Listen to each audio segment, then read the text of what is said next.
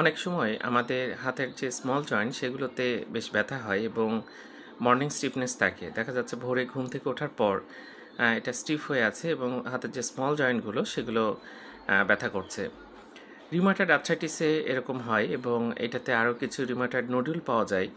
আর এটা একটা লম্বা হিস্ট্রি থাকে, দেখা যাচ্ছে 6 সপ্তাহ বা তার বেশি সময় ধরে এরকম হচ্ছে।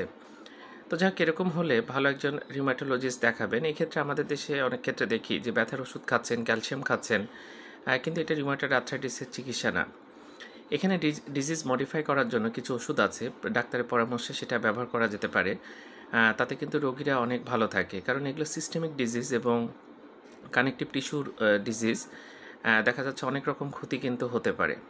সুতরাং আর্লি ডায়াগনোসিস এবং ট্রিটমেন্টটা খুব ইম্পর্ট্যান্ট, এবং এরকম স্মল জয়েন্টে ব্যথা হলে তার সাথে যদি মর্নিং স্টিফনেস থাকে, অবশ্যই ভালো একজন রিউমাটোলজিস্ট আপনারা দেখাবেন।